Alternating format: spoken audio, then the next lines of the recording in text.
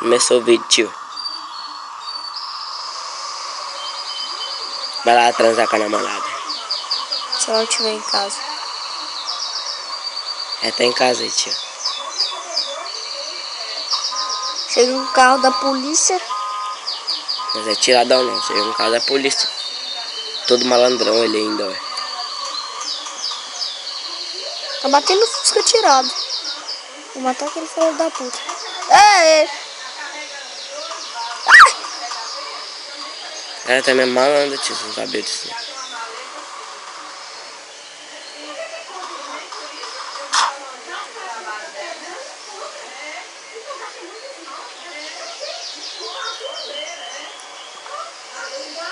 Vamos lá no Fusca tirado. Menor que tá tempo. Meu Deus.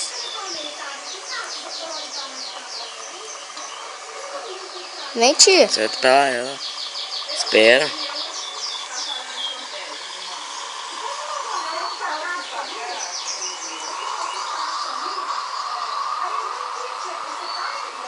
Parece que o quê?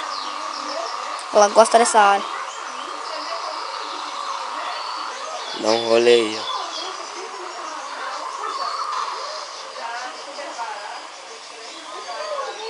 Muita cagada. Muita cagada.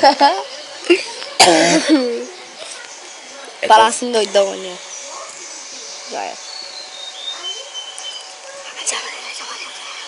Vamos transar, tio.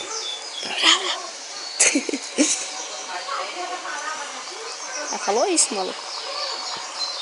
Falou que ela quer que eu como ela. Ele está cansado, ela quer que leve ela pra casa.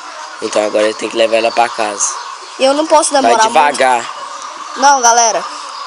Falando nisso, eu não posso demorar muito. Por causa que a minha namorada, eu namoro com trocentas namoradas nessa porra desse jogo. Ela é policial. Vocês podem ver. E ela aparece ali, se eu demorar demais, ela aparece ali, me vê com essa puta aqui e vai lá, eu perco as duas. E perco a chance de comer ela. Eu nem sei se vai dar pra comer, porque meu GT é bugado. É isso aí, ela quer tomar uma preparação para amar. N para responder positivamente, pressione Y. Vamos lá! Vamos transar, vai.